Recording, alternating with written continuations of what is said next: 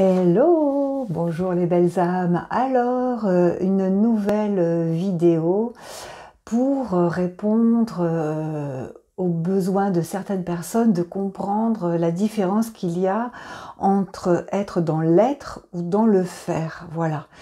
Et je vous rejoins tout de suite après ceci.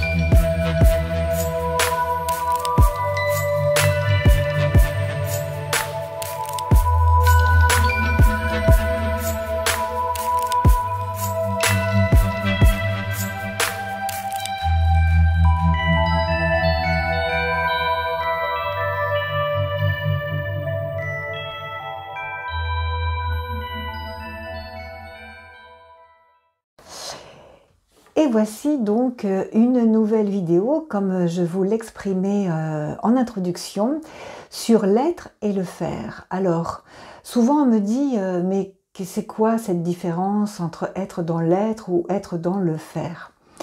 Eh bien, dans le quotidien, quand vous avez des décisions à prendre, très souvent, on nous dit qu'il faut prendre sa décision à partir de son être et non pas à partir de le faire, c'est-à-dire plus à partir de son intuition, son instinct, son cœur, vous l'appelez comme vous voulez, que de son mental, sa raison, ses peurs, ses doutes. C'est toute la différence entre être dans l'être ou être dans le faire. Quand je veux absolument contrôler les choses, quand je me positionne par rapport à des peurs, à des angoisses, à des doutes, je suis très souvent dans le faire.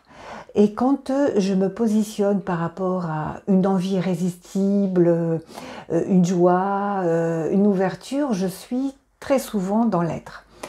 Comment ça se traduit dans le quotidien? Je vais prendre un exemple où, je vais prendre un exemple concret où on n'est pas bien, forcément, parce que quand on est bien, on ne se pose pas la question.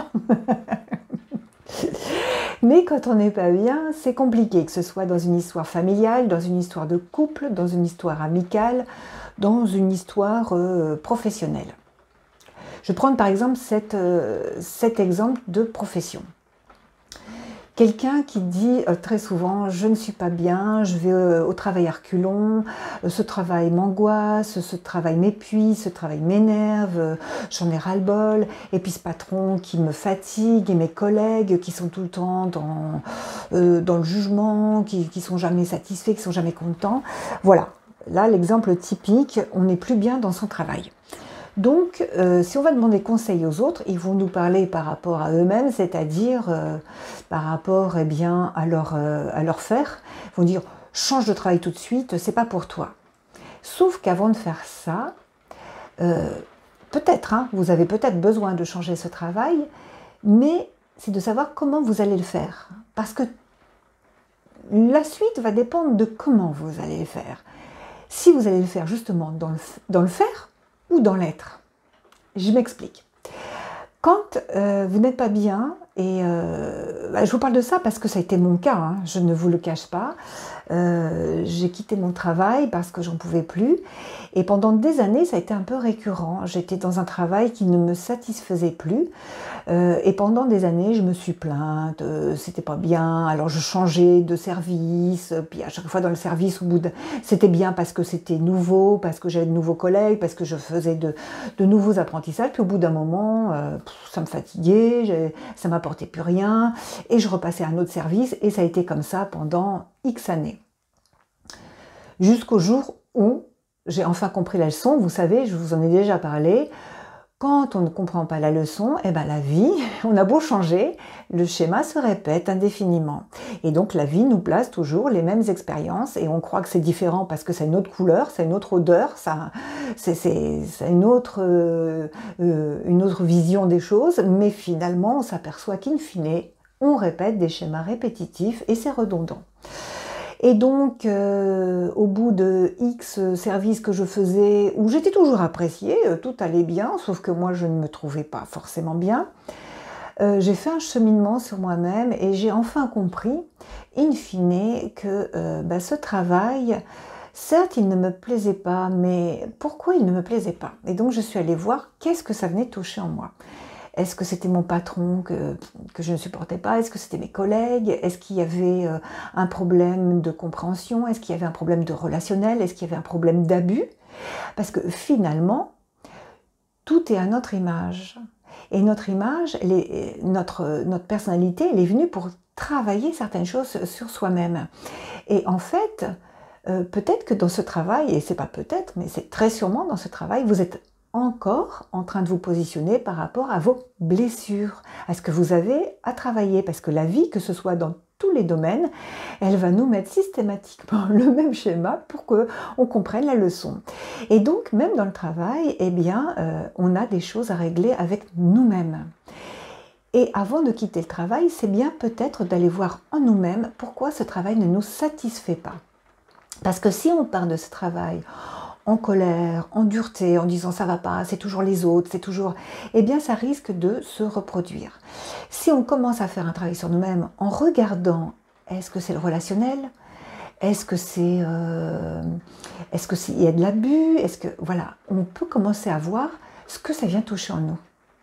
Est-ce que c'est parce que on n'a pas cette ouverture d'esprit qui pourrait nous faire comprendre que eh bien, ce que nous renvoient les autres, c'est justement ce qui bloque en nous. Si on voit qu'on a un problème avec un collègue, on dit qu'il n'est pas ouvert, qu'il est rigide, est-ce qu'on n'est pas nous-mêmes rigides et fermés par rapport à certaines choses? Est-ce que si c'est une histoire d'abus, est-ce qu'on n'a pas encore quelque chose, une blessure d'humiliation ou voilà. Si on a des problèmes relationnels, est-ce que c'est pas une blessure de rejet qu'on est en train de travailler? Et c'est d'aller voir en nous ce qu'on a besoin de travailler et ce qui est dans ce relationnel, dans cette expérience de travail, ce qui est en train de se mettre à jour. Et moi, c'est ce que j'ai fait. Avant de quitter mon travail, j'ai compris la leçon.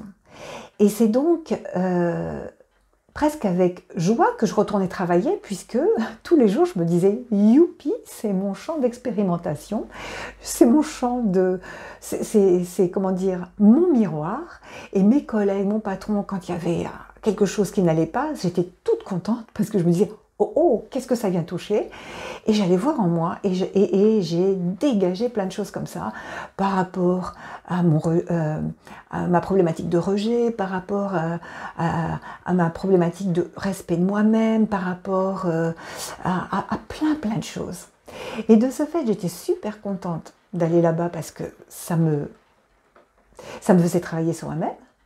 Et je libérais plein de choses, et plus je libérais, et plus j'étais contente de venir au travail parce que ma situation s'améliorait, parce que j'étais en accord avec mes collègues, et même je voyais les situations venir.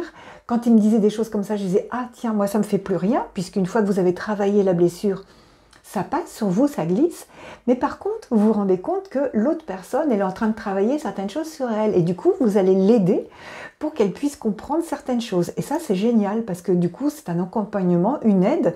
Une fois que vous avez vu quelque chose sur vous, vous pouvez aller aider les autres. Et c'est comme ça qu'au bout d'un moment, je me suis dit, bon, ok, quand même, ce travail-là m'apporte plus grand-chose.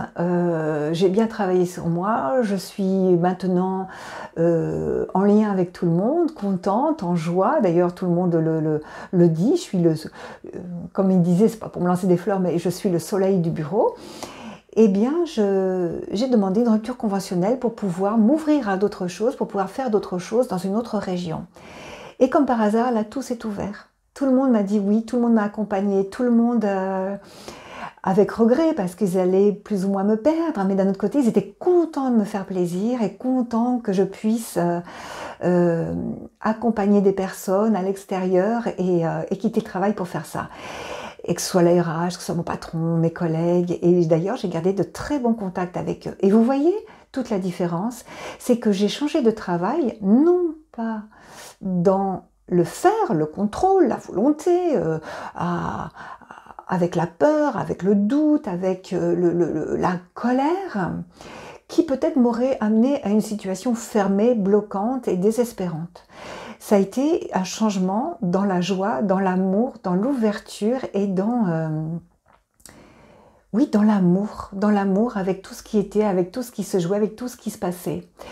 Et de ce fait, ça m'a ouvert des portes. Et j'ai quitté mon travail et je sais très bien que si peut-être un jour j'avais besoin et que je devais revenir, eh bien que les portes seraient peut-être encore ouvertes. Parce que ça s'est fait vraiment dans une fluidité, dans une bienveillance extraordinaire. Et voilà, toute la différence entre le faire et l'être. Pareil pour le couple, pareil pour les histoires familiales, pareil pour les histoires amicales, pareil pour son rapport à l'argent, pareil pour tout. Est-ce que vous êtes dans la volonté, dans le contrôle, dans l'obligation, ou est-ce que vous êtes dans la joie, dans l'amour, dans l'ouverture, dans l'accueil et dans la fluidité? C'était ma petite vidéo sur la différence entre le faire et l'être. Je vous laisse méditer là-dessus, je vous laisse regarder comment vous procédez dans votre vie. Est-ce que vous êtes beaucoup dans le faire ou beaucoup dans l'être? Et quand vous êtes dans le faire, comment ça se passe? Et quand vous êtes dans l'être, comment ça se passe aussi pour vous? Pour bien comprendre les choses. Écoutez, si vous avez besoin de plus d'explications, de plus d'aide ou d'un accompagnement, c'est avec grand plaisir que je suis là. Vous pouvez aller sur mon site www.riresavie.fr, vous avez toutes les informations pour me contacter et pour faire des petites séances avec moi. Et puis, vous pouvez me suivre sur les réseaux sociaux, Rire sa vie by Lisiane sur Instagram, Lisiane Rire sa vie aussi sur mon Facebook Pro, et puis sur ma chaîne YouTube, puisque je mets cette vidéo aussi sur ma chaîne, comme sur mon blog, avec un petit article qui va bien dessus. Je vous embrasse tous mes belles âmes et vous souhaite tout plein de bonnes choses, d'être dans votre être profond, et puis à très bientôt pour de nouvelles aventures terrestres. À bientôt les belles âmes.